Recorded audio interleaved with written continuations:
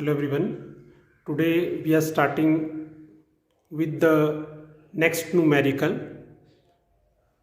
We are solving the numerical number 8. ठीक है, तो चैप्टर जो हमारा चैप्टर है force and the law of motion. इसके हम लोग जो है एक्सरसाइज के क्वेश्चन जो है सॉल्व कर रहे हैं. तो today we are solving the question number 8. तो क्वेश्चन क्या है बेटा हमारे पास? An automobile vehicle has a mass of 1500 kg. What must be the force between the vehicle and the road if the vehicle is to be stopped with a negative acceleration of 1.7 metre second square inverse. ठीक है, तो यहाँ पे questions में ही हमारे पास क्या दिया है, ऑटोमोबाइल जो है उसका ऑटोमोबाइल व्हीकल उसका जो मास है हमारे पास that is equals to 1500 kg. Okay, तो मास जो है here mass small m that is equals to mass कितना है हमारे पास that is equals to 1500 kg. Okay, उसी तरह से इन्होंने नेक्स्ट में यहाँ पे बोला कि फोर्स कितनी होगी व्हीकल के बीच में और रोड के बीच में, the force between the vehicle and the road. ठीक है, अगर जो व्हीकल होगा that can be stopped with A negative acceleration. ठीक है, तो नेगेटिव एक्सेलरेशन की बात है, तो नेगेटिव एक्सेलरेशन जो होगा वो कितना है हमारे पास that is equals to A equals to negative है माइनस लगाएंगे 1.7 metre square inverse. And the force between the vehicle and the road if the vehicle to be stopped, therefore velocity that is equals to 0. We will be calculating the force by using Newton's second law of motion. We know that expression है force equals to mass multiplied by acceleration. F equals to ma. We will be calculating the force that is F equals to ma. Okay, so we will substituting these values. Mass that is equals to 1500 gram multiplied by acceleration that is taken as negative minus 1.7 meter square inverse. Now we can be solving this equation. This is equals to 1500 multiplied by 17 upon 10. 0 cut with 0. This is equals to minus 150 multiplied by 17. That is equals to minus 2550 Newton. That's all. Next हमारे पास question number 9th. What is the momentum of the body of mass m moving with velocity v? ठीक है, इसमें हम लोगों ने momentum की expressions को यहाँ पे अंडरस्टैंड करना है कि मोमेंटम ऑफ बॉडी उसकी एक्सप्रेशन क्या होती है.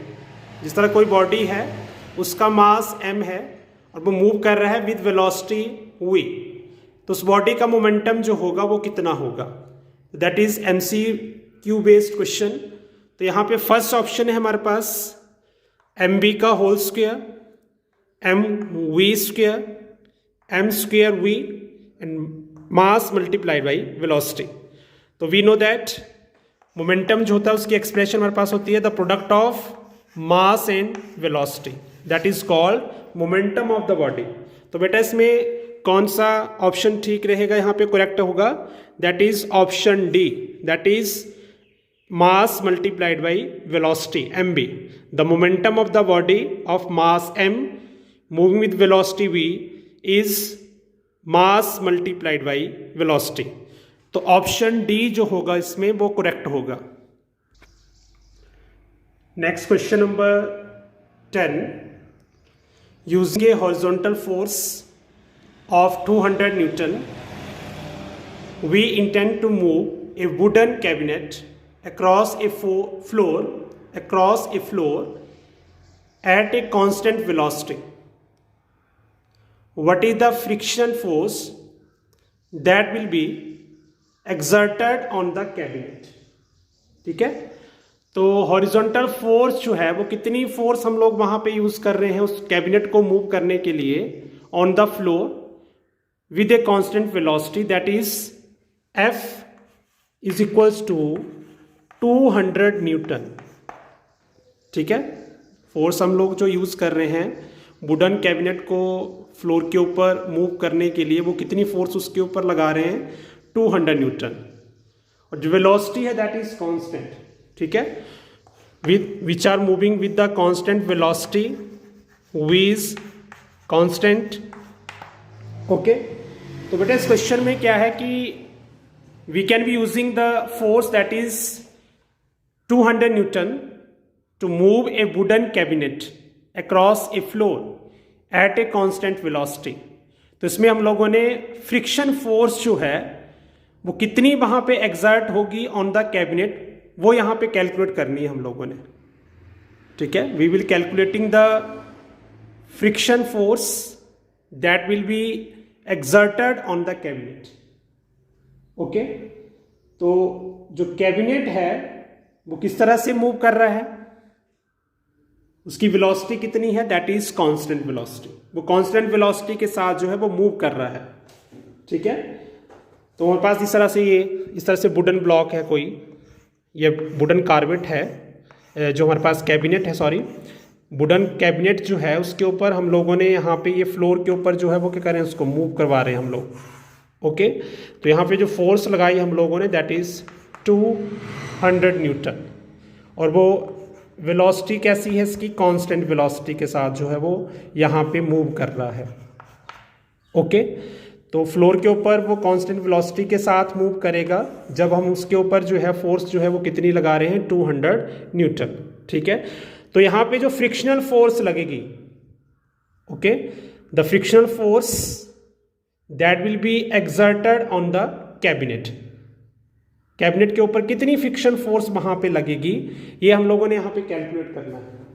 ठीक है, तो फ्रिक्शनल फोर्स जो होगी वो किसके इक्वल बन जाएगी, यहाँ पे this frictional force that is equals to the applied force. यहाँ पे फ्रिक्शनल फोर्स जो होगी that is equals to the applied force, so that no unbalanced force is spent in giving acceleration to the cabinet. Therefore, frictional force on the cabinet is that will be equals to 200 newton. ठीक है, meaning क्या होगा यहां पे कि जो frictional force है हमारे पास, the frictional force that is equals to the applied force. Okay, that is equals to the applied force. Applied कितनी फोर्स हम लोगों ने की वहां पे, उसके ऊपर कितनी फोर्स लगा रहे हैं, 200 न्यूटन। तो जो अप्लाइड फोर्स होगी वो किसके इक्वल बन जाएगी, जो फ्रिक्शनल फोर्स होती है that is equals to the applied force. ठीक है, तो जो अप्लाइड फोर्स है दैट इज 200 न्यूटन। ठीक है, तो अप्लाइड फोर्स जो होगी that is equals to 200 newton. तो जो फ्रिक्शनल फोर्स होगी वो किसके इक्वल होगी वहां पे, अप्लाइड फोर्स के। ठीक है, तो जो फ्रिक्शनल फोर्स आएगी हमारे पास, the frictional force Fs that is equals to, जो फ्रिक्शनल फोर्स लगेगी हमारे पास that is equals to 200 newton, that is equals to the applied force that is equals to 200 newton. तो यहाँ पे इस क्वेश्चंस का अच्छे से आप लोग अंडरस्टैंड करें कि हम लोगों ने उसके ऊपर फोर्स जो लगाई वो 200 न्यूटन लगाई, जिसमें क्या होगा कि जो कैबिनेट होगा, जो वुडन कैबिनेट है, वो फ्लोर के ऊपर जो है वो मूव कर रहा है विद कांस्टेंट वेलोसिटी। वेलोसिटी तो कांस्टेंट है उसकी, तो हम लोगों ने यहाँ पे फ्रिक्शनल फोर्स को कैलकुलेट करना है। ठीक है, we will calculating the frictional force that will be exerted on the cabinet. तो अप्लाइड फोर्स जो है दैट इज 200 न्यूटन और वेलोसिटी जो है दैट इज कांस्टेंट। ठीक है, इस तरह से हमारे पास कोई वुडन कैबिनेट है जिसके ऊपर हम लोगों ने फोर्स जो है वो 200 न्यूटन अप्लाई की है, और जो कैबिनेट होगा वो क्या करेगा, कांस्टेंट वेलोसिटी के साथ वहाँ पे मूव करेगा फ्लोर के ऊपर। तो वी नो दैट जो फ्रिक्शनल फोर्स होगी that is equals to the applied force, therefore this will be equals to the force that will be exerted on the cabinet that is 200 Newton. Okay, two objects each of mass 1.5 kg are moving in the same straight line. what in opposite direction the velocity of each object is 2.5 meter per second before the collision, during which they stick together. What will be the velocity of the combined object after collision? ठीक है, इसमें जो हम लोगों ने यहाँ पे velocity calculate करनी है जब दो ऑब्जेक्ट होंगे, फर्स्टली वो आपस में टकराएंगे। ठीक है, पहले तो वो रेस्ट पोजीशन पे है, तो इस तरह से हम लोगों ने यहाँ पे ऑब्जेक्ट कंसीडर कर लिए। This is the object A and this will be the object B. इस तरह से कंसीडर कर लो आप लोग भी। तो ये दोनों ऑब्जेक्ट जो है that is takes place at the rest position. तो सबसे पहले जो है वो कौन सी पोजीशन पे है? यहाँ पे रेस्ट पोजीशन पे। ठीक है, कोलिजन से पहले, बिफोर कोलिजन, क्वेश्चन में लिखा है वहां पे। ठीक है, before collision these two object are takes place in the rest position. ये क्वेश्चन में भी लिखा है। और दोनों का मासिस कितना है? This will B 1.5 kg, 1.5 kilogram. दोनों का जो मास है 1.5, ए ऑब्जेक्ट का भी 1.5, बी ऑब्जेक्ट का भी 1.5।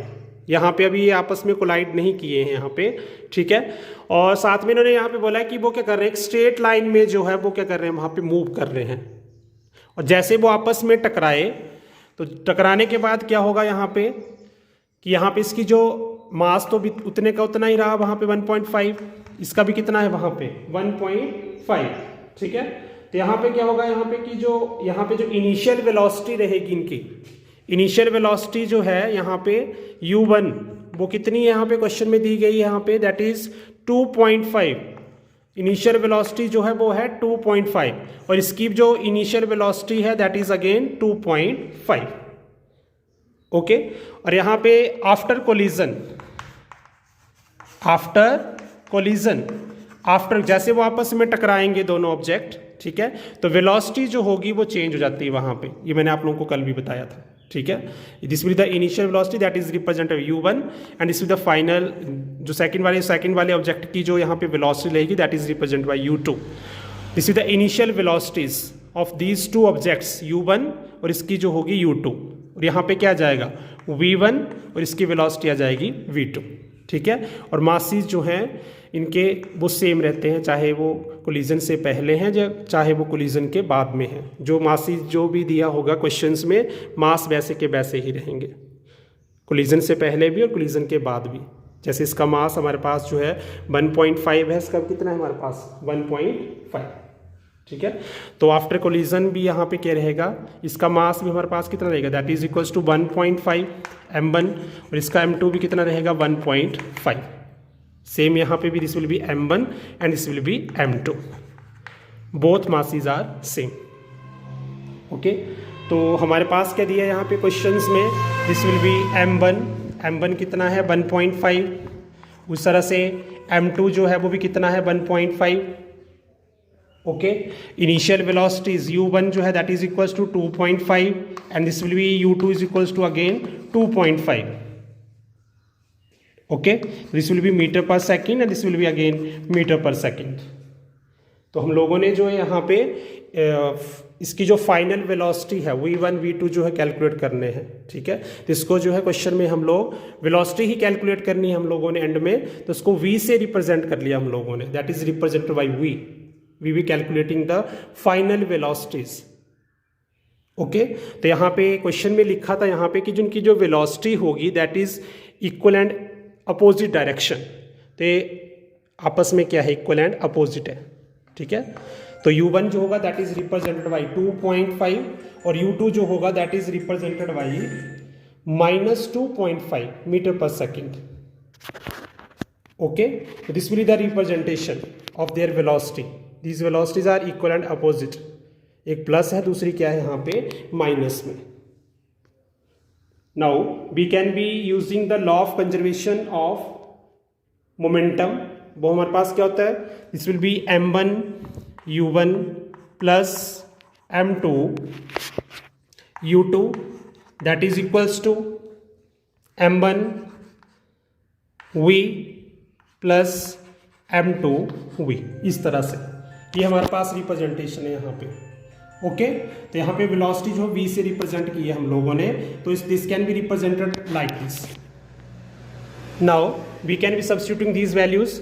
1.5 मल्टीप्लाई बाई u1 कितना है 2.5 प्लस उसी तरह से 1.5 multiplied by minus 2.5 equals to m1 plus m2, इसको लिख सकते हैं कॉमन v. ओके तो this will be the representation. उसके बाद क्या करेंगे, मल्टीप्लाई करेंगे. अब जो हमारे पास ये टर्म है इसमें भी अपनी इसकी जो वैल्यूज है वो पुट करें यहाँ पे, तो क्या जाएगा 1.5 multiplied by 2.5 plus 1.5 multiplied by minus 2.5 equals to 1.5 plus 1.5, इस तरह से. Okay this will be the representation. अब देखो यहाँ पे क्या है, प्लस माइनस माइनस, तो यहाँ पे क्या जाएगा हमारे पास 1.5 multiply by 2.5 minus 1.5 multiplied by 2.5. 1.5 multiply 2.5 minus 1.5 multiply 2.5 equals to, ये कितना बन जाएगा हमारे पास, दैट इज इक्वल्स टू 3. जब इन दोनों को प्लस करेंगे 1.5 को और 1.5 को, that is equals to 3.0, that is equals to 3 और साथ में इसकी वेलोसिटी हुई. ओके तो यहाँ पे अगर इन दोनों टर्म्स को हम लोग यहाँ पे सॉल्व करें तो एक प्लस की है, दूसरी क्या है माइनस की, that is cancel with each other. Therefore 0 equals to 3 multiplied by velocity. Therefore v is equals to 0. v equals to 0, that is the velocity. तो उसमें क्या होगा कि लास्ट में हम लोगों ने कैलकुलेट करना था यहाँ पे the velocity of the combined object after collision. तो वेलोसिटी जो होगी after the combination of the two object after collision, that is equals to 0. That's all.